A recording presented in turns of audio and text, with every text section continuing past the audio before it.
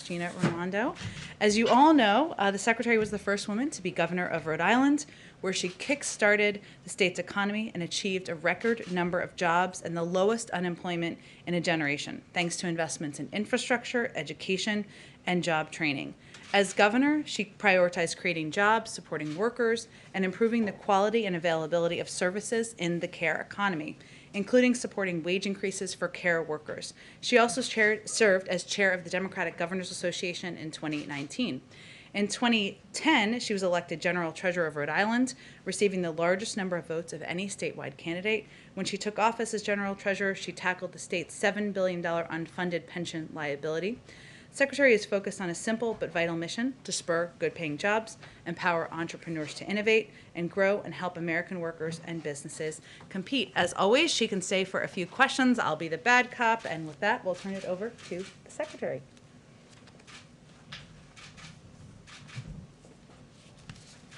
Thank you, Jen. Good afternoon, everybody. Good afternoon. Nice to see all of you, and it's an honor for me to be here to talk a little bit about President Biden's American Jobs Plan. At its core, the American Jobs Plan is about making sure every American has the opportunity to get a decent job, a decent, well-paying job with dignity and has opportunity. It's a historic investment in America intended to create tens of millions of jobs, rebuild our country's infrastructure, and position the United States to outcompete China. Many have commented that it's large, it's bold, it's necessarily large, because frankly we're behind, and we've neglected for too long important investments in our infrastructure. We need to ensure that investments in infrastructure, advanced manufacturing, workforce development, and our care economy are made at the scale we need, and are made in every single community in America. And as the President has led us to, is leading us to Build Back Better, that means we need to do so more inclusively and ensure that these investments that we are making in broadband, in housing, in the care economy, in water, are in every community in America, rural, tribal, urban, communities of color, and reaching everyone across America. The fact is we have failed for a long time to invest, and as a result, we have fallen behind. So why does that matter? It matters because it makes it harder for small businesses to compete. It matters because it makes it harder for American companies to compete, and it makes it harder for the average American to get a decent job and to get the skills they need in order to get a high-paying job in the industries that are growing today and tomorrow. And the fact of the matter is, we know that lack of investment, particularly in public transportation, transit, water, housing, has hurt low-income folks and people of color the most. And it's time to finally rectify that systemic inequality and build back better and more equally. As Jen said, my job as a Commerce Secretary is to do everything I can to enable American businesses of all sizes to compete. And at its core, the American Jobs Plan is about investing in American competitiveness, strengthening our workforce, rebuilding infrastructure, and leveling the playing field so all Americans have a shot at a good job. Now, prior to being Commerce Secretary, I was governor for 6 years. Prior to that, I was in the private sector. And so over the course of my career, as an entrepreneur, as governor, now as Commerce Secretary, I have had many discussions with businesses, from the biggest to the smallest. And over the years, there is something that we all seem to agree on, which is that we need to make massive investments in our infrastructure if we are going to compete and ensure America's global competitiveness. And most recently, I have spent a lot of time in the past few weeks talking to business leaders, and I can report to you that there's a broad level of enthusiasm for big investments in infrastructure. And I think there is a recognition that President Biden is doing the right thing in pushing us to conceive of infrastructure as broad, as including investments in STEM, research and development, investments in basic research, investments in broadband, investments in training our workforce. And the truth of it is, that's what it's going to take to compete. A key component of the American Jobs Plan is training our workforce. This is a reality. The changes in the American economy, many of which have been massively accelerated by COVID, are very scary for millions of Americans. It's a scary place to be, to need a job and not have the skills to get a good job. And so that's why this package calls for big investments in training our workforce. Now, as Jen said, this was a priority of mine when I was governor, and I saw it work. I know it works. We saw it work. When I ran for governor, my state, Rhode Island, if you haven't been, I want you to go, had the highest unemployment rate in the country, #1 in America. It was sad, very sad. The unemployment rate in the building trades when I took over was over 20%. Think about what that does to a community. Before COVID, after a lot of our work, Rhode Island had more jobs than at any time in our state's history, because we leaned into it in a broad fashion, similar to what this package calls for: investments in infrastructure, working with business, and big investments in worker training. So the fact of the matter is, in order to compete, we have to have investments in apprenticeships, community colleges, STEM education, job training. My view is, if you have the guts in the middle of your career to go out and get some job training, to retrain yourself to get a new job, then we need to be there for you to provide high quality, demand-driven, affordable, if not free, job training. The American Jobs Plan also is about strengthening our supply chains, making things in America, making critical goods in America, creating good jobs in the process, and increasing the security that we have, knowing that we aren't overly dependent on other countries for critical supplies. We saw that on full display in COVID. Every governor knows what it's like to be up in the middle of the night, can't get your hands on PPE or ventilators or medicine because they aren't manufactured in America. We also need to invest in domestic manufacturing, particularly for critical industries like semiconductors. We all know semiconductors are the building blocks of our future economy. And as we go through the data and digital revolution, semiconductors underpin so much of the new technology where we'll see job creation. So we are living through now a global chip shortage. We're seeing that hurt businesses in every sector, and so we need to strengthen our domestic supply chains. The American Jobs Plan calls for a $50 billion investment in semiconductor manufacturing and research, as is called for in the Bipartisan CHIPS Act. Finally, we need strong investments in our broadband infrastructure. We've seen more clearly than ever before that high-quality, affordable broadband isn't a luxury, but it's a necessity for education, jobs, and healthcare. But millions and millions of Americans don't have access to broadband, particularly in rural communities. I finally want to address one last component, which is the investments in the care economy. You might say to yourself, why is the Commerce Secretary talking about investments in the care economy? Because it matters. It is core to our competitiveness. In order for you to be able to go to work, you need to know that your loved one is being taken care of. And also, we have millions and millions of women, mostly women of color, working full-time, caring for our loved ones, living in poverty. It's time to make those investments so they can have a dignified job and so that we can shore up our communities. As Jen said, I did a lot of work of this as governor, and it's something that I'm very proud of President Biden and to be on the team of a president who's investing in the care economy. So fundamentally, this plan invests in American workers and businesses, small and large alike, so they can compete and win in the global marketplace. And I'm psyched to talk to you about it and proud to be on the team that's going to get this done. All right, Kristen. Thank you, Jen. Thank you, Secretary Raimondo, for being here.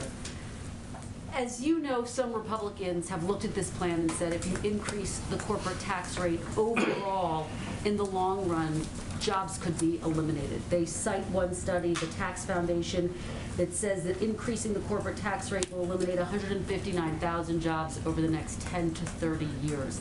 How do you respond to that criticism that in the long run, this plan kills jobs? I don't agree with that assessment. So a few points. First of all, every business leader I talk to, big and small, agrees we must make these investments in infrastructure in order to compete. If we don't invest in semiconductors, we're going to fall further behind.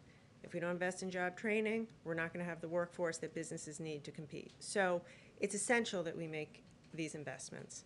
With respect to taxes, there is not a shred of evidence to show that the cuts in 2017 increased growth or productivity. Actually, very little of it went into additional R&D. So the fact of the matter is the corporate structure today is broken.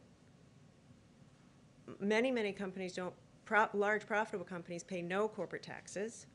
So I'd like to think we can all agree that it needs to be improved, level the playing field, close the loopholes, and have a discussion around how we do this together to improve competitiveness. If it is raised to 28%, though, that would put the U.S. at one of the highest in the world. Does it have to be 28%? Would you go lower? Could you accomplish the same thing if the tax rate weren't raised to 28%? So there is room for compromise. That is clear. The president has said a few things.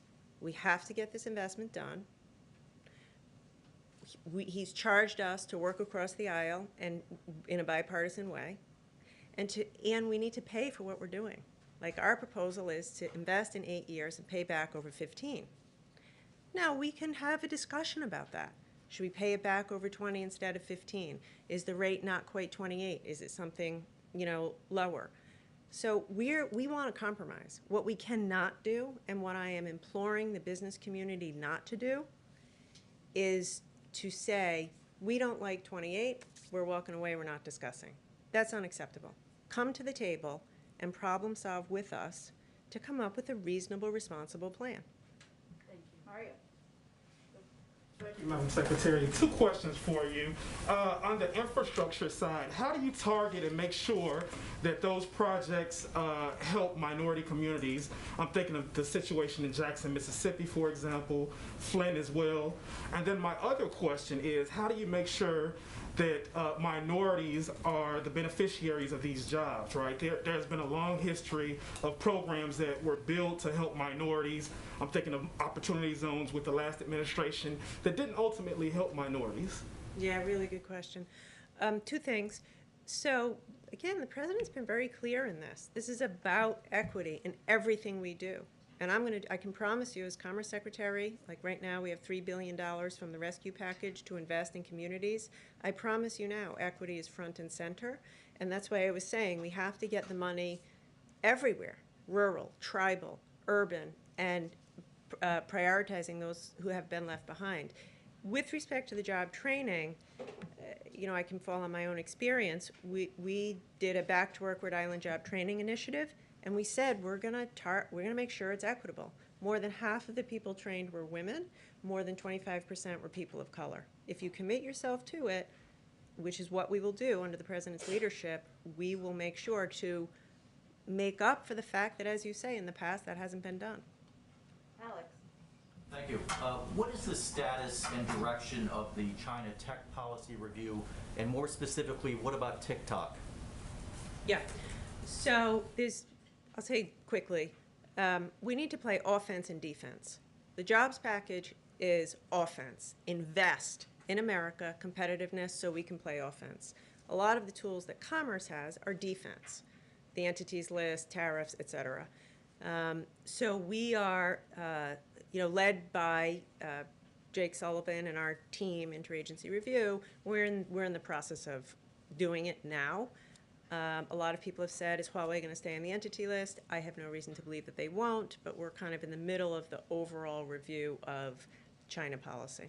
How close is that to being I would actually defer that more to the White House, but I would say we're in the thick of it right now. Like, we're working as aggressively as we can. We're not wasting time on it.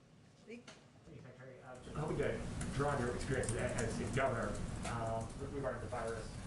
The White House and the President have been calling on governors across the country not to roll back virus restrictions, business capacity limitations, and the like.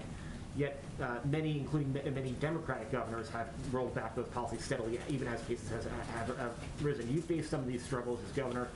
Can you speak to a little bit what those governors are facing, and how would you advise them to balance their, maybe the pressures at home versus the federal guidance here to keep those restrictions in place? So it's a tough spot. To be a governor in America today is a challenge, and everyone's trying hard. I would say, first of all, they are so lucky that President Biden is in office now after what we lived through last year. Secondly, follow the president's lead around vaccinations. The administration is doing a fantastic job getting vaccinations out the door. And I think that it's a balance. Listen, every governor knows what's going on in their community, and I think we have to respect that. They see what's going on in their community. Having said that, I would say, the Biden administration is focused heavily on vaccinations and has a fantastic strategy, and I would just encourage governors to lean into that, vaccinate people as quickly as possible, and don't jump the gun. I am not going to tell governors what to do. I just have lived it, and every time you jump the gun, you live to regret it. So vaccinate. Put the pedal to the metal on vaccinating more than lifting restrictions. Madam Secretary, thank you for being here. You oversee a big department, everything from the Weather Service to the fisheries and the census. Have you been briefed on the status of getting the results of the 2020 census? Yes, I have. When's it coming? Well, we have said that the redistricting data will be available no later than September 30th. If it's available before that, and we feel comfortable about it, we'll put it out then. But we need a little bit more time. Do state elections officials, secretaries of state, who are sitting there, scratching their head over which lines they should be using for elections this year and next year, what do you say to them? I say, I know it's tough, but be patient. Last year was a once in a lifetime pandemic. The census professionals had to do the census in the middle of a global pandemic with COVID, civil unrest through the summer. So we're behind. We are behind. But my direction to the team is we have to get it right. So having been a local politician, I hear them. But the fact of the matter is, it is so much better to wait a little longer and have accurate data that we all can trust. So I rest assured, if it's ready before the 30th, we'll put it out. But we are prioritizing accuracy over rushing it out. There's one wonky bit of this, though, and it's the subject of lawsuits: differential privacy, or the idea of using essentially funky math to sort out some of this. Have you been briefed on that, and do you think that was a good idea at this point to have done it that way? Would you recommend doing it that way in the future? So in this regard, I have to rely on the experts. The experts at the Census Bureau are top-notch, career top-notch statisticians and demographers. Here's the reality. What you're referring to is a statistical technique that is intended to protect people's privacy. It's the first time we've used it. Today, the way quantum computing is such that there can be privacy hacks today that weren't technologically available 10 years ago. So in order for us to keep up with that and protect people's privacy, we have to implement new techniques, and this is one of those new techniques. So yes, I think it's justified. You gotta be the last one. Thanks. But we'll invite her back. Thanks, Madam Secretary. Two quick ones on infrastructure for you. A friend of this White House, Senator Chris Coons, said today that he thinks it's more likely that Democrats ultimately will end up with a less robust, his words, infrastructure package. He says it could end up looking one that's more directly targeted at what he's calling hard infrastructure. Is that an accurate prediction to you at this stage? And then My second question, I'll just tack it on here. The president, you're one of the 5 cabinet secretaries that President Biden tapped to kind of go out and sell this, his words, to engage the public. What has that entailed at this point, specifically as it relates to getting these Republicans on board with this plan? Talking to them, you know, sitting down, listening, engaging them. As I said before, we have put forth a bold proposal and a reasonable way to pay for it. There are other ideas. So what I'm going to do, and all the cabinet is doing it in the White House, is sitting down with our Republicans, friends, and Democrats, and business leaders, and saying, okay, if you don't like this, what's your idea? How do you think we ought to pay for it? If we are proposing paying for it over 15 years. What do you think? So I think, again, it's all about finding that compromise and actually delivering for the American people. So that, anyway, I think broad engagement. Face-to-face conversations with? If you include Zoom as face-to-face, I would say very many. Only a few actually face-to-face, but a lot, a lot. And I plan to do even more of it. Like, we're serious about this. We want to get this done. There's a lot of different ways to do it. The president does what a leader does, puts forth his ideas. Now let's get to work. Let's talk about it. Where do we tweak it? Where do we change it? With respect to Senator Coons, I am not going to disagree with his assessment because he's been up here longer than my 4 weeks. But, look, I think it's early to say. The president put his plan out a week ago. Let's give it a shot. Let's go big. I can tell you this, every single business leader I've talked to applauds the fact that this package is more than just roads, bridges, and water. Like, come on, 35% of Americans in rural areas don't have broadband. You cannot have a modern economy without that. We have a crisis in semiconductor manufacturing. You cannot have a modern economy without that. So I hope that that isn't where we settle, because we'd be shortchanging American people, workers, and businesses. All right, Jeff, you're so convincing. Thank you. Secretary, just to follow up on Alex's question about TikTok, can you just clarify what your position is on whether TikTok needs to be sold by the Chinese company ByteDance that owns it now? And can you also give us a broad view of your advice to President Biden on tariffs with regard to China? I would say here's my broad view, and I don't want to get into details on any particular company. My broad view is what we do on offense is more important than what we do on defense. To compete in the long run with China, we need to rebuild America in all of the ways we're talking about today. And, by the way, do that with our allies. We have to work with our allies and find common ground where we can. With respect to tariffs, there is a place for tariffs. The 232 tariffs on steel and aluminum have, in fact, helped save American jobs in the steel and aluminum industries. So what do we do with tariffs? We have to level the playing field. No one can outcompete the American worker if the playing field is level. And the fact is China's actions are uncompetitive, coercive, underhanded. They've proven they'll do whatever it takes. And so I plan to use all the tools in my toolbox as aggressively as possible to protect American workers and businesses from unfair Chinese practices. Umesh, I don't want to leave you hanging, and you're the last one hanging. At the risk, Umesh. Well, this is great. Thank you, Madam Hopefully Secretary. the secretary will come back after this. Go ahead. It depends what she asks. Yeah. Right, that's a lot of pressure. But thank you for taking my question, Madam Secretary.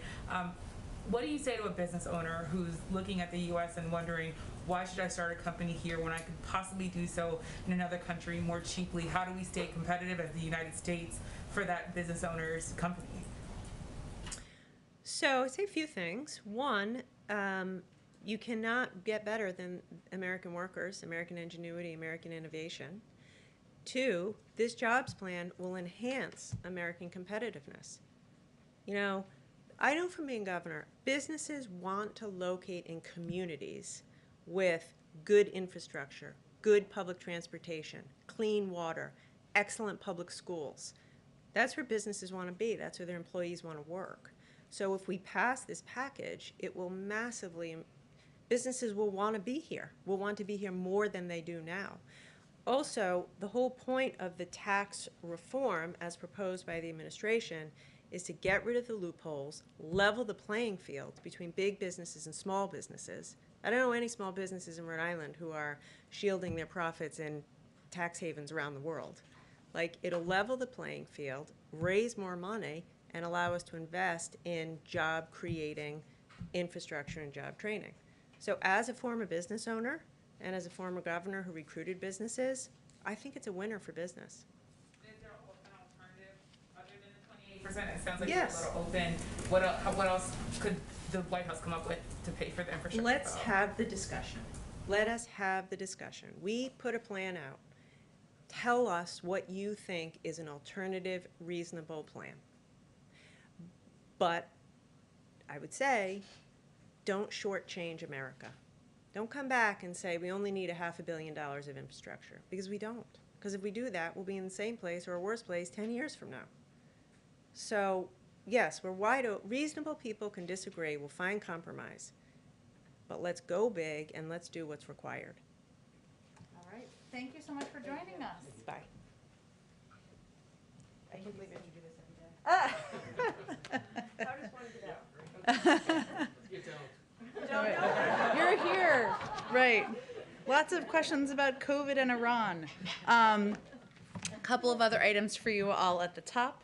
A new survey just yesterday from Invest in America and Data for Progress found that 73% of voters back the American Jobs Plan. That includes the support of 57% of Republican voters.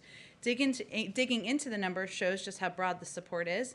68% of independents, 64% of Republicans back the president's proposed investment in the care economy, something the secretary just talked about quite a bit. And all of the investments the survey looked at, from roads and bridges to housing, clean energy, and manufacturing, have the support of over 60% of voters and a majority of independents. The evidence is unanimous that the American people support the president's vision of rebuilding our economy and his plan to pay for it by asking big corporations to pay their fair share. A Morning Consult poll just last week showed that 2-to-1 registered voters back a hypothetical $3 trillion infrastructure package.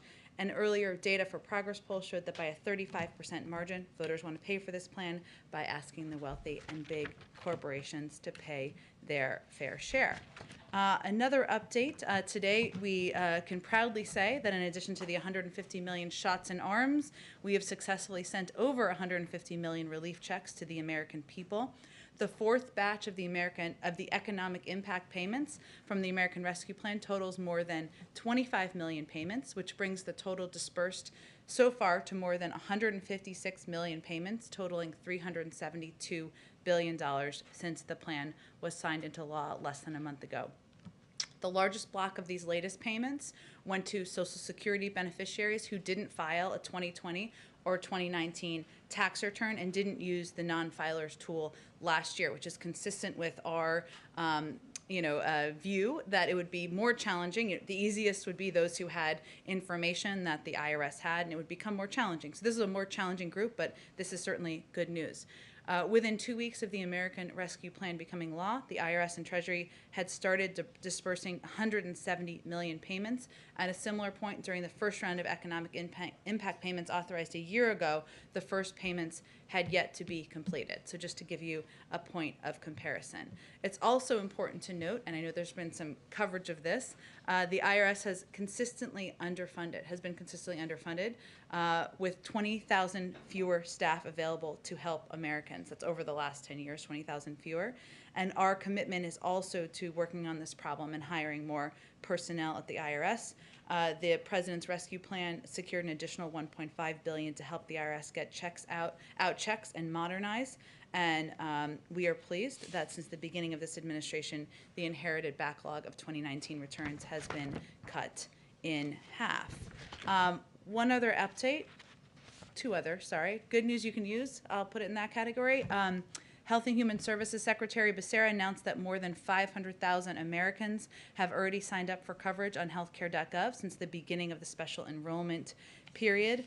Nearly 15 million Americans who currently lack health insurance and many current enrollees are eligible. An average of 4 out of 5 consumers currently enrolled in marketplace coverage can now find a plan for $10 or less a month after the tax credits. Finally, the First Lady announced earlier today, was joined virtually by U.S. military families, advocates, and stakeholders from around the world as she set forth the priorities of joining forces. She spent the last few months hearing directly from military families, caregivers, survivors, and visiting military installations across the country. The mission of joining forces is to support those who also serve. The work and priorities of joining forces will center on the needs of military families in the areas of employment and entrepreneurship, military child education, and health and well-being. It was important that she relaunch this initiative within the first 100 days. With that, Zeke. Thanks, Jen. A couple of farmhouses want to get started. First, there's some confusion yesterday about the U.S. policy with regard to the Beijing Olympics next year. Is it the U.S. policy now that American athletes will participate in those Olympics, and is the U.S. government going to encourage American spectators to travel to China to view those games? Well, these are the Winter Olympics of next winter, I should say, so some time away as it relates to the second part of your question, and certainly our hope is that we are at a point where enough people across the country and hopefully around the world have been vaccinated, but we will rely on health and medical experts on that particular piece. Our position on the 2022 Olympics has not changed. We have not discussed and are not discussing any joint boycott with allies and partners. We, of course, consult closely with allies and partners at all levels to define our common concerns and establish a shared approach, but there's no discussion underway of a change in our plans regarding the Beijing Olympics from the United States point of view. And then, two questions on timelines. One with regards to the ongoing talks in Geneva right now regarding the JCPOA. What is the timetable for bringing Iran back into compliance, and in terms of the breakout time for the threatening potential of a nuclear weapon? The timeline for getting them back at the table for direct... What is the ultimate timeline in terms of getting them back to the table? Not the timeline for the specific round of talks, but the longer-term time to be able to get them back into compliance. Well, look, first I would say, the talks are continuing today in Vienna. It's only the second day of talks. You may have seen a tweet from one of the European officials attending who called this, said there's unity and ambition, and that was their description of the conversations. This is just a constructive early step. We're at the earliest part of the process here. The primary issues, as you know, that will be discussed are both steps that would need to be taken for Iran to come back into compliance and the sanctions relief steps that the United States would need to take. But we expect these conversations to be difficult. We expect this to be a long process, and we're very much at just the beginning period. There is time from the U.S. perspective for these talks to continue. Is that months? Is that years? What scale are we looking at? I can't put a timeline on it, Zeke. We do feel, of course, that diplomacy is the right way to approach this challenge. That doing that in coordination and close cooperation with our partners is also exactly the right approach. That's what we're doing and what we're focused on now. It is a good sign and a good step that we are engaged in, even though these conversations are not direct at this point in time. But again, we're at the beginning of the process. I expect they may have more to read out once they complete this round of talks. And the second timetable question, we heard the president talk a lot about when Americans will be eligible to get vaccinated. What is the president's timetable by which point all Americans should have already been vaccinated? What is his goal, his deadline for Americans to actually get the shot in arms? Well, there's a role that the federal government can play, led by the president, of course, increasing the number of vaccine supply we have. He's done his job in that regard. We're going to have enough vaccine to vaccinate, more than enough, I should say, every adult American by the end of May. He has increased and invested in the number of people we have as vaccinators, increased the number of vaccination sites around the country, more than doubling the number of pharmacies, investing in mass vaccination sites, investing in community health centers. It is now incumbent upon the American people to do their job and continue to mask up, get the vaccine when they're eligible. We, of course, just launched a massive public campaign that is both paid media as well as investment in community organizations. But I can't make predictions for you here. That is going to be determined in large part by the American public. And so the President's timetable of July 4th activities, gatherings in the backyard is independent from the rate of vaccination in the American public? Well, I think what you were asking me is when he expects, if I heard the question correctly, the vast majority of the American public to be vaccinated. And what I'm conveying to you is that there's a role for the government to play, many roles for the government to play. We are moving forward on all of those fronts. But there is also a role for the American people to play, and that question will be answered in part by whether people get the vaccine when they are eligible. As it relates to July 4th barbecues, I mean, you can see the numbers that are reported regularly on vaccinations, the percentage of the public that's vaccinated, where we've seen success in different communities. Those are all numbers that are reported. What he's talking about is the ability to have a barbecue in your backyard with other people who have been vaccinated. That is not mass gatherings. That's not the same as having the entire public vaccinated. Go ahead, Jeff. Jen, can you confirm that the Biden administration plans to restart aid to the Palestinians? I expect the State Department is going to have more specifics on this later this afternoon or right about now, so I will leave it to them to lay out the details for you. Okay. We talked a little bit about taxes with the Secretary. Yeah. Amazon said yesterday that it supports an increase in corporate taxes, which was interesting because the President had singled Amazon out specifically. Has the White House reached out to Amazon and/or has it reached out to other companies in corporate America to try and boost support for this plan? Well, we have certainly reached out to a range of groups, obviously elected officials, large businesses, small businesses, rural and agricultural stakeholders, climate groups, local chambers of commerce, faith leaders, Black, Latino, and AAPI leaders, community college groups, and more. We've done a lot of calls, a lot of Zooms around here and across the administration. It's my understanding Amazon did join a call with 20 other groups, carriers, and businesses as part of our outreach to a range of companies of many sizes across the country about what was being proposed and about the specifics of our proposal to pay for it. Okay. Last one, which is a little wonky. Okay. It's a South Korea company called SK Innovation. Okay. Is threatening to pull its construction of a battery plant in Georgia over a trade dispute. If you're familiar with that, the president has an April 11th deadline to intervene, and I'm curious if he plans to. I will probably have to take that question and talk to experts. I love wonky questions, but I will talk to the people who know more about it than I do. Go ahead, Kristen. Thanks, Jen. Report popped just before the briefing started that the president's going to announce a series of executive actions on guns tomorrow. Can you confirm that and anything you can preview? I don't have anything to preview. I can convey that I expect the president will have more to say tomorrow.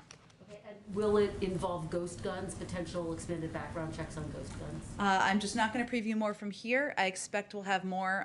We'll probably do a background briefing call for all of you later today. Follow up on something Secretary Raimondo said. She was very clear that there is room to compromise on increasing the corporate tax rate to 28%. As you know, Senator Manchin is saying he wants it to be as low as 25%. Is there a scenario where the president would go that low? Well, look, here are principles. Debate is inevitable. Compromise is inevitable. Changes are certain. And our main bottom line is inaction is not an option. And so we see it as a positive that Senator Manchin, that others, Republican members, other Democrats have come forward and said, I like these pieces, I propose a different component on the tax piece. We're happy to have that discussion. And what we are seeing, though, is broad agreement about the need to invest in and modernize our infrastructure. Could you get everything you wanted in the bill at 25%?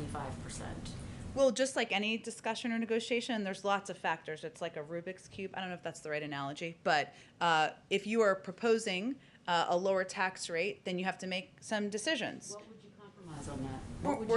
We're going to have those discussions with members of Congress. Expect the president will welcome members of both parties here when they return next week, and he'll have those discussions with them. We're having them with committee staffers, with staffers on the Hill, to see what the push and pull can be, where there is agreement. Let's start there. where there are alternative ideas, additional ideas. Remember, some members are proposing to make the package smaller. Some are proposing to make it larger. That's all a part of the discussion. You said yesterday, Jen, the president continues to believe that there is a bipartisan path forward. Is that realistic given the backlash that you've seen so far from Republicans? And if the president can't win over any Republicans, is he staying true to that promise of ushering in a spirit of bipartisanship? Well, here's how the president sees it. Democrats and Republicans will have ideas about what they like or don't like about the plan. That's a good thing. That's democracy in action. That's the American way. Our view, his view, is we don't just fix what is broken today, we build for tomorrow. And his idea of infrastructure is evolving, is that it should evolve to address the needs of the American people. We believe there is a fair amount of opportunity for agreement, that we are open to compromise, we welcome the debate, and we'll look forward to having those conversations when members return. You would pass it along party lines if you needed to. I don't think we're quite there yet. The president believes there is an opportunity to work with Democrats and Republicans, that there is agreement on the need to modernize our infrastructure. There is agreement that we need to do more to compete with China. Let's start with areas where we agree and have a discussion from there. Go ahead. Two things, and thanks for confirming the timing on guns specifically. First, in a COVID-related matter, there are reports that during the transition, the incoming administration received a June 2020 report from Trump officials concluding that emergent biosolutions at plant in Baltimore that spoiled some J&J vaccine doses had oversight and quality assurance issues. Is that accurate? And if you guys had this report before taking office, why were steps not taken sooner regarding that facility? Well, first let me say that the facility is not approved by the FDA. That's in fact the process working, and the FDA is taking a look at whether any manufacturing facility meets the standards that would be required to produce and put out doses that will go into the arms of the American people. There are not a broad swath of options for manufacturing facilities across the country. So HHS and others can give you more specifics of what the options are that are available. But our focus is on getting vaccines produced, distributed in the arms of the American people, and to relying on the process that is in place by the United States government. We have one of the most stringent set of review processes in the world. So in our view, this is the process working.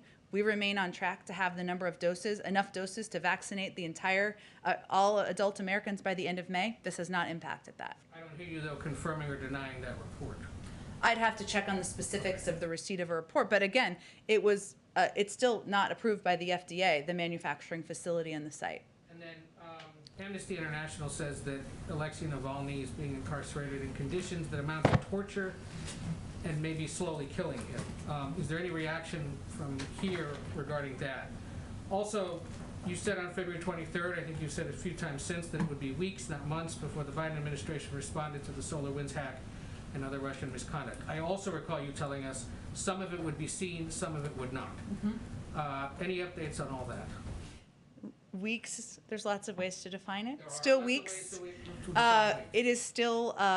It is still weeks, not months away. I don't have an update on the exact timeline. I will say on the reports you referenced of Mr. Navalny, we are disturbed by reports that Mr. Navalny's health is worsening, that he's on a hunger strike to demand access to outside medical care. We urge Russian authorities to take all necessary actions to ensure his safety and health. So long as he is in prison, the Russian government is responsible for his health and well-being. We will continue to monitor the situation closely. I would also reiterate that we consider Mr. Navalny's imprisonment on trumped-up charges to be politically motivated and a gross injustice, and we stand with like-minded allies and partners in calling for his immediate release, as well as an end to the persecution of his supporters. Go ahead. Thanks, Jen. Quick one on Senator Coons' comments from this morning. He also said today that if it's clear by Memorial Day that Republicans aren't willing to get on board with this, that at that point Democrats perhaps just roll this into a big package and move on. So is that the timeline for this White House as well, that Memorial Day is the decision the deadline to sort of make this decision to Fisher Cut? I'm not here to set a new deadline from here. We would like to see progress by Memorial Day. We would like to see the bill passed this summer in order to get these vital investments out into our economy and out into rebuilding our infrastructure across the country. I will note that there are a range of points of view. As I said in response to Kristen's question, some feel this package should be smaller. Some are calling for a larger package. Some believe that it should be paid for in different ways. Senator Coons is one of those individuals who will certainly have a role to play in having these discussions, but it's important that we allow the process to play itself out, have those ideas put forward, have debates, have those discussions, and we'll see where we go from there. I have a couple questions on immigration, if I may. Sure. Is the administration considering restarting some construction on the border wall to plug in holes in gaps of areas where the construction stopped after the president took office? Well, while construction remains paused, there is a review underway, taking a look at the funds that had been allocated when the administration took office, as you know, but funds had been diverted from military construction projects and other purposes toward building the wall.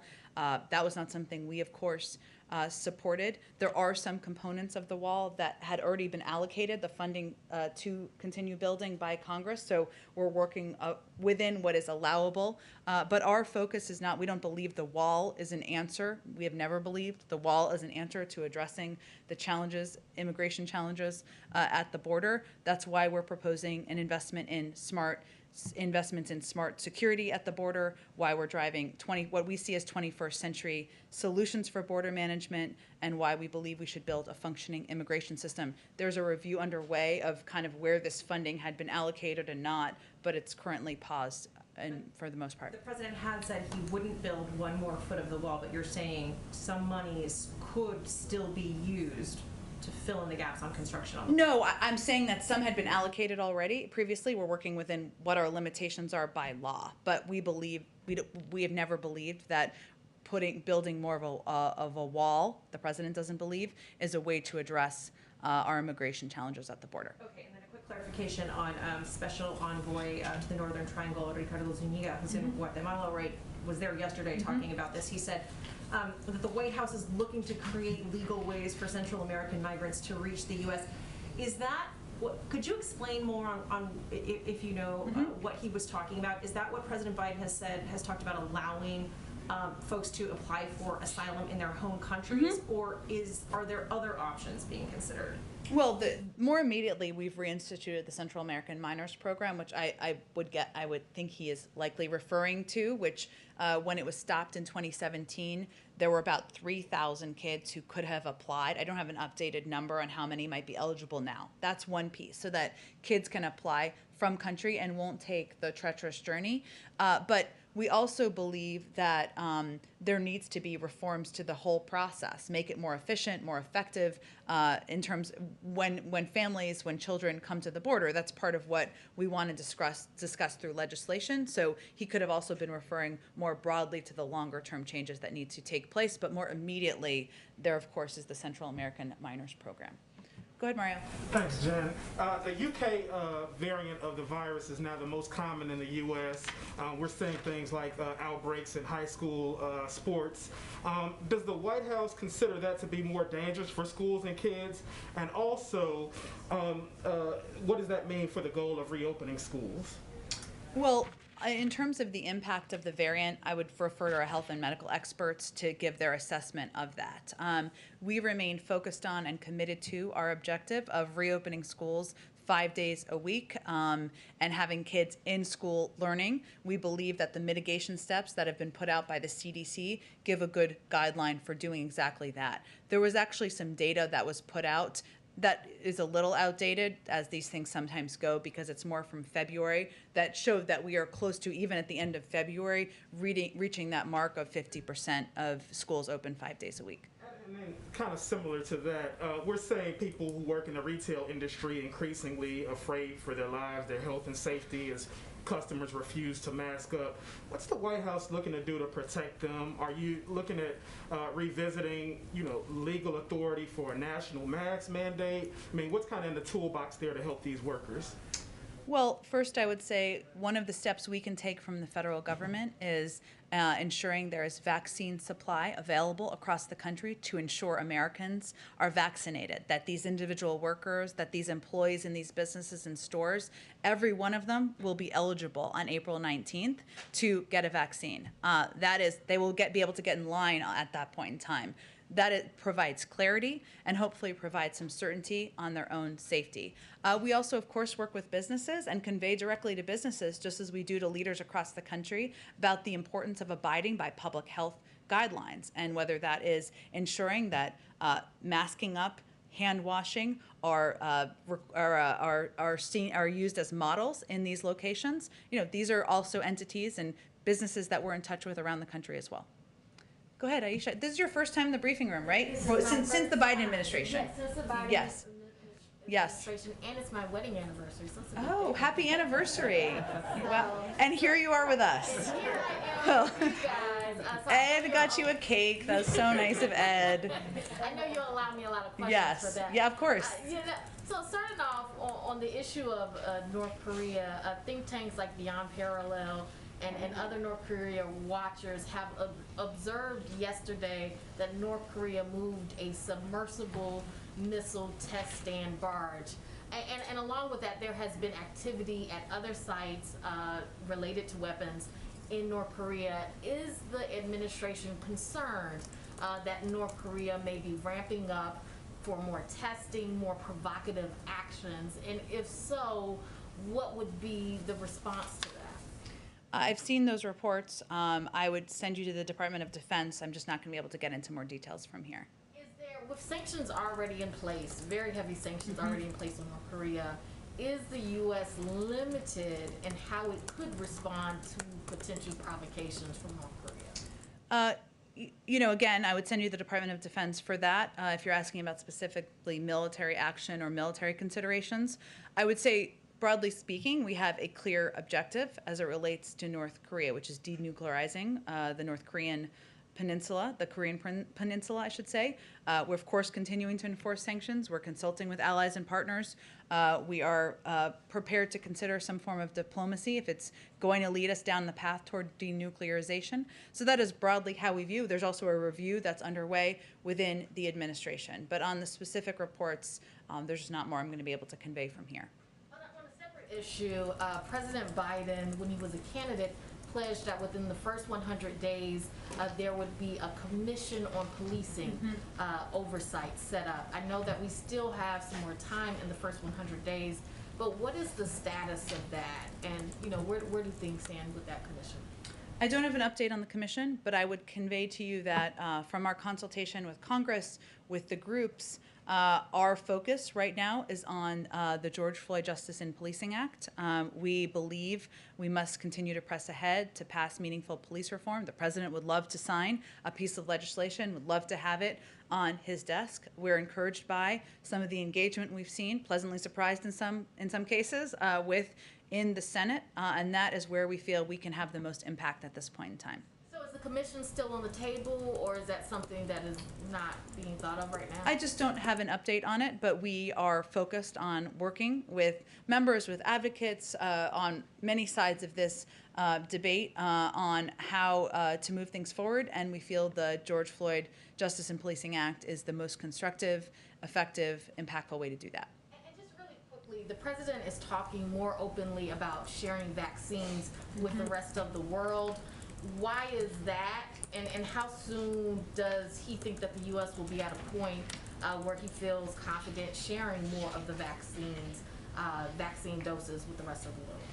Well, I would say that his focus remains on ensuring that adult Americans are vaccinated.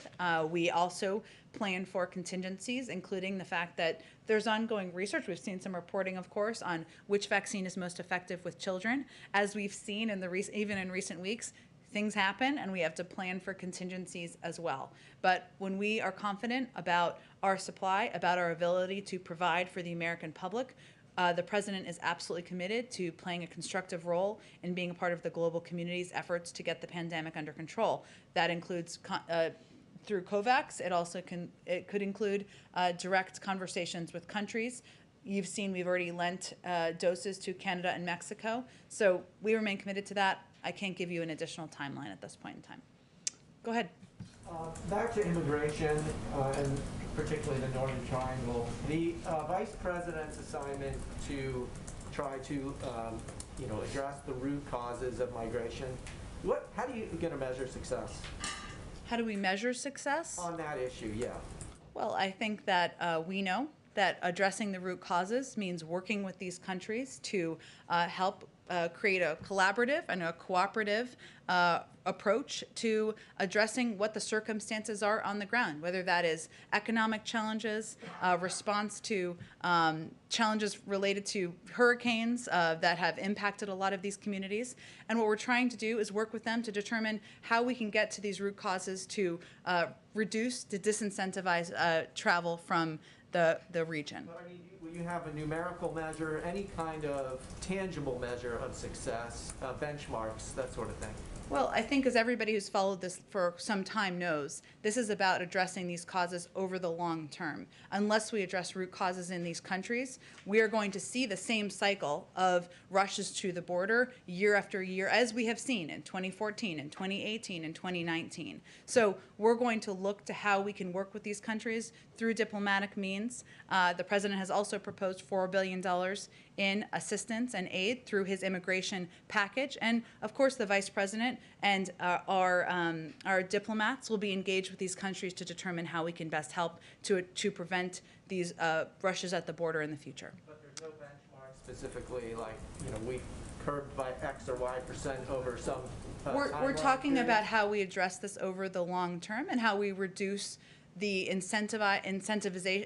disincentivize travel over the long term to the border. And you mentioned the money. Can you work with these governments? There's one of the major issues is a lack of rule of law and corruption. Yeah. You're absolutely right. And the president has talked about this as well, and the need to sometimes work with organizations, work with local groups, find ways to avoid getting the funding in the hands in some scenarios of corrupt governments, and that will certainly be part of our approach. Go ahead. Yeah, go ahead. Yeah, go ahead. Depending on what poll you look at, about half of Republican men say they won't be getting the vaccine. Experts say that a major reason that any group would be vaccine hesitant, would be because of trust. I think it's probably fair to say that President Biden and the administration has a long way to get this group to trust him. Two questions. What has the administration's research found about why this group is so entrenched in vaccine hesitancy? There's a lot of talk about black and brown people who found that that's not exactly true. They're not more hesitant than anyone else. Yeah. And outside of the We Can Do This campaign, how does the administration plan to reach this group? Well, first we recognize that the president, that all of us may not be exactly the right messengers for some of these audiences. And what we've actually seen through our data and research is that it's not always famous people, and often not famous people like the president or athletes or former elected officials who are going to reach any group who are hesitant or have concerns about the vaccine hesitancy or safety. So this is the reason why a big part of our funding and our approach to our public campaign is actually for local groups and organizations. Some of those may be civic groups, some are clergy. There's a role that clergy and different faith groups and organizations can certainly play. And some of these are just simply local doctors and medical experts who are more trusted voices in different communities. So what we're working to do is empower local sources, empower local authorities, medical experts, civic leaders, clergy in some cases, to be the communicators about the effectiveness and the efficacy of the vaccine. I will say one of the things that is sometimes not understood, or people don't see in the data, but we've seen in the data, is that the issue, we've seen a reduction in hesitancy as it's defined, and you referenced black and brown communities, certainly a reduction in hesitancy. The issue is now access. This is true in whether you're talking about conservative white people or you're talking about communities of color. It's now at the point where people are saying, look, I'm confident or I feel comfortable in taking the vaccine in many cases. I can't take a day off of work. I don't know where to go. I don't know what health center to go to get the vaccine. So we are looking at that, and our focus is on addressing the access issue, mobile clinics, making it easier and more accessible to get the vaccine. And you've also said the president's being updated on the trial of Derek Chauvin. We're probably weeks away from a verdict, but regardless of the outcome of the trial, does the president plan to address the country upon its conclusion? Well, we would never, and not that you're asking me this, but we would never, of course, prejudge the outcome. The president has spoken about the death of George Floyd, the impact on him personally, quite a bit over the course of the last year. It certainly impacted his own, redoubled his commitment to addressing racial injustice in the country and throughout the government. I certainly would expect we'd have a statement, but I'm not going to get ahead of what the outcome may be or the timeline. We just don't have insight into that. Go ahead. Thank you, Jen. I'd like to pick up the line of questioning on immigration and the border. Okay. And ask you two rather quick follow-up questions about some other topics. You always like yes or no questions. I don't know if they're yes or no. Well, Go ahead.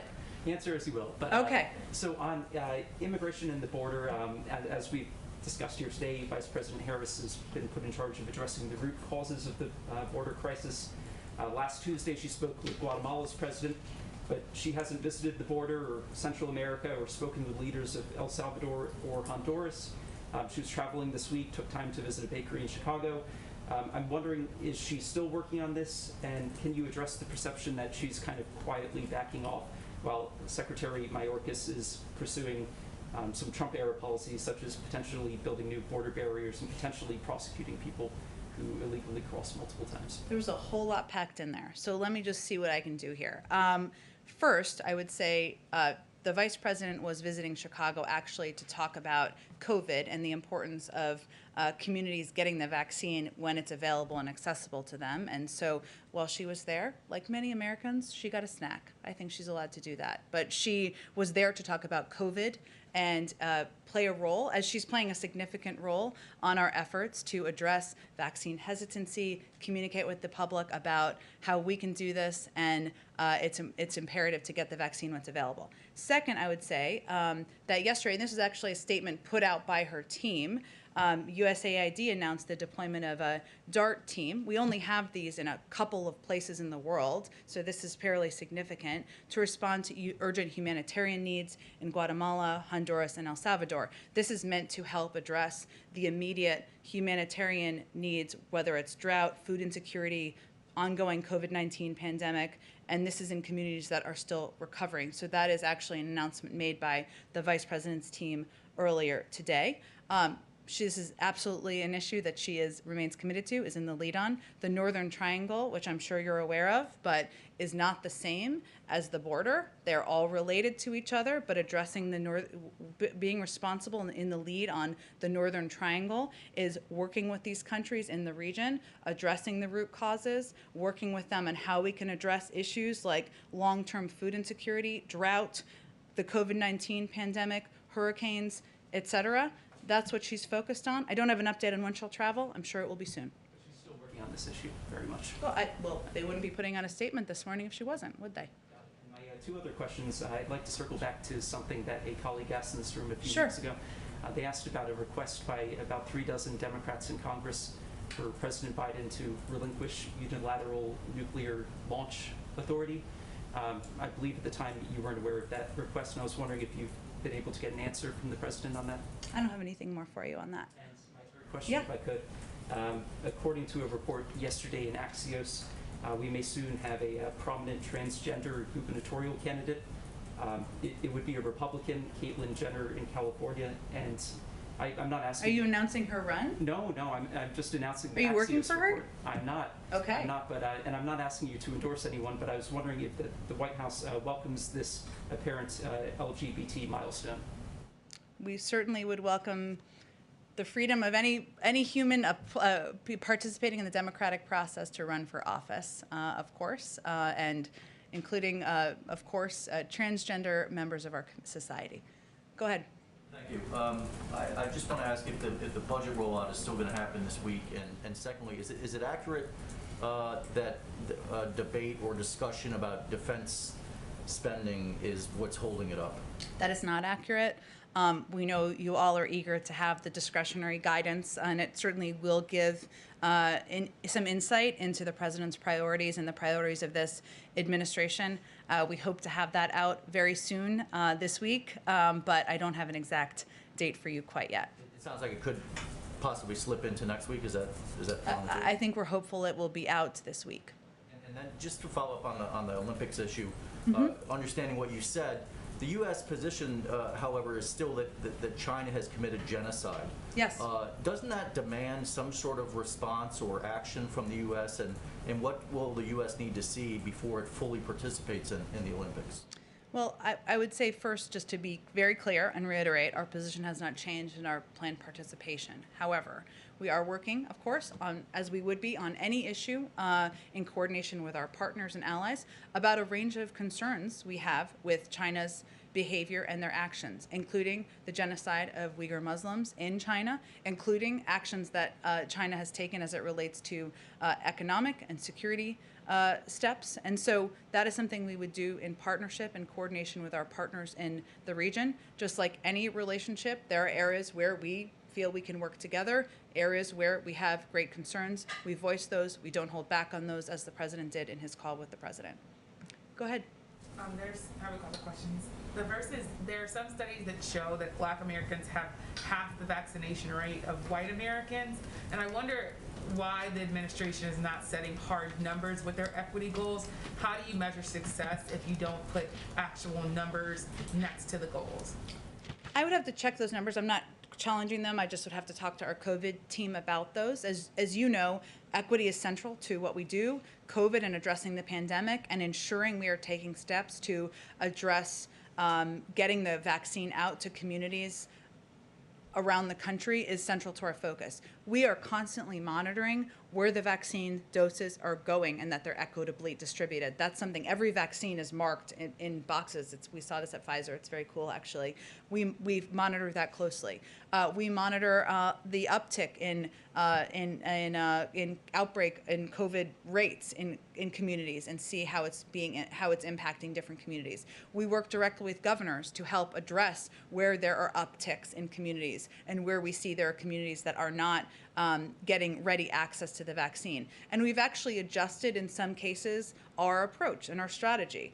That's why we've increased our investment in community health centers massively over the course of the last several weeks. Why we've increased our investment in mobile clinics, because one of the issues we're seeing is access, right? Access and the ability to, many people can't take a day off of work, especially if they're working in jobs where it doesn't allow for that. We want to bring the vaccine to people as frequently as we can. So what I would tell you is that we are constantly adapting and adjusting our strategy to areas where we see that we are not effectively addressing distributing the vaccine equitably. That is central to our focus and will continue to be. Just to reiterate, the question was, why not set hard numbers? There's 100 million for the first 100 days, then 200 million. Why not say we want to see 20% or 30% of Black people, Hispanics? Why not put numbers by your equity goals? I'm happy to check with our team. We may have internal goals along those lines, but I would just convey to you that we look at it as our objective is to vaccinate every adult American. That includes, of course, every adult American who is white, Black, brown, Asian American, and that we look closely at where we are, where there are communities where there is an uptick, where there are communities. So I was trying to actually address your question, actually what we're doing about it, which I think is the most important information people might be looking for. Related to racial equality, the infrastructure bill has $400 billion focused on home health care aides. A lot of them are women of color. How is that infrastructure, and explain why you see home health care workers as part of infrastructure? Well, first, this is essentially a jobs bill. Yes, there's a lot in here that is infrastructure, but as the Secretary just conveyed, our workers, our workforce is part of the backbone and the infrastructure of America's economy and communities. And if you have home health workers, as you noted, who are predominantly women of color, there are predominantly workers who are paid often $11 an hour about on average. These are communities and individuals who need greater assistance and need greater help. In addition, the people who are impacted most by the need for caregiving are women. We see that statistically, about 2 million women have left the workforce as a result of the pandemic. And so our objective and our focus is on addressing physical infrastructure, the infrastructure that is going to help us compete, including broadband. This is a broadband map. I love maps, don't you guys? This shows where there is not great broadband around the country, which I think is so interesting and shows you how much we need to do, what we need to do to address it. But if we're going to get women back in the workforce, this is an area where we need to address, and so the President felt it was an important and imperative part of the package. And as the Secretary noted, it's something that many businesses are also welcoming. Two quick questions. They're one's a yes or no question. Sure. President Biden has indicated that Beau Biden's cancer was likely caused or linked to burn pits. This is a question from our foreign team. Does President Biden and the White House support the bill Senator Gillibrand and Senator Rubio have sponsored related to burn pits? I'll have to look more specifically at the bill. He has talked about this quite frequently, including when we were in, I can't remember what state, where he visited the hospital. I don't remember. Ohio, thanks. It's like a phone a friend. And when we were in Ohio, he talked about this as well, but I can check with our legislative team. Supports the bill. I haven't looked more deeply into the specifics of the bill. And then my last question is on immigration. The Family Reunification Task Force, as of now, is saying that it hasn't reunited any families because they're still sorting through the system. I wonder, can you talk a bit about why they haven't been able to reunite families, and what are the concerns and challenges that maybe are even more pronounced than you would have thought they were going to be? Sure. First, we can't overstate how complex this challenge is. The prior administration did not have a system in place to track the children and parents who were separated. They also, of course, separated them themselves. But the task force has been in place, as you know, for about 2 months. The focus right now in this period of time has been reviewing thousands of records, and a significant number of issues have come up in these existing files, including incorrect dates and names. They are working to establish a database of families who were separated and working to find previously unidentified separated families who are eligible to receive benefits through the task force. And they've also identified over 5,600 new files that were not reviewed and have begun the process for reviewing and cross-checking those files. The task force is also working very closely with the ACLU to process identified families so we can reunite them as swiftly as possible. They'll have a full report that's due on June 2nd. So you're saying, what's the delay in it being so? What makes it so hard to reunite families while they're doing that? Well, I think the biggest challenge is that there's a lot of inaccurate information. There was not an accurate database. We've seen inaccurate names, inaccurate dates. Again, we're working very closely with the ACLU, and we're working to move it as quickly as possible. Go ahead and back. Thank you, Jen. You said earlier that the White House recognizes that some of you may not always be the right messenger to some of these individuals who are reluctant to take the president's advice on getting vaccinated. The president said yesterday there was a category we didn't exactly identify, but he gave Senator McConnell credit for talking to those people. Did the president ask his friend Senator McConnell to help him out on trying to make a pitch to those people who are not who are reluctant to follow the president's lead on this? And has he asked other Republican pals of his to do the same to help out? I don't have any calls to read out or asks from the president, but I would just reiterate, we certainly do think it's a good step that Senator McConnell conveyed the importance and the efficacy of taking the vaccine, but also across the board, all of our data shows that the most effective voices are local doctors, civic leaders, and clergy, others who are trusted in communities, and that's really where our primary focus and the president's primary focus is. One in the back. Will President Biden appoint a special envoy for the Israeli-Palestinian portfolio? If so, when? And if not, why? I don't have any personnel announcements to make here. Of course, the president believes that the only solution is a two-state solution, but I don't have any personnel or specifics to outline for you from here in addition. Just one quick thing that happened here while we were sitting here. I don't know if you guys have this yet or not, that apparently the president called King Abdullah of Jordan. Have we Have you guys confirmed that yet or no? I think it's been happening, it sounds like, as we've here. We'll have a robust readout, and we'll get that out to all of you guys. Go ahead, Kristen. Thanks. Jen, has the president seen the video of the boy who came here from Nicaragua, abandoned, alone, crying to Border Patrol agents? If so, what was his response? I don't have any response from the president directly. What I can convey is, for any of us who have seen that video, it is heartbreaking. It's a reminder of how treacherous the journey is, and it is a reminder of how important and imperative it is that we put in place reforms to our immigration system, that we convey clearly how dangerous this journey is, and that we take steps like the Central American Minors Program to make it possible to apply for immigrant Given visas. what's happening at the border, why hasn't the president, why hasn't the vice president visited yet? Visited the border? I don't have any trips to outline or preview. What our focus is on is solutions and ensuring we have more beds, we're making the processing more efficient and effective, and that we are addressing this in a humane way that keeps these kids as safe as we possibly can. Thanks, everyone.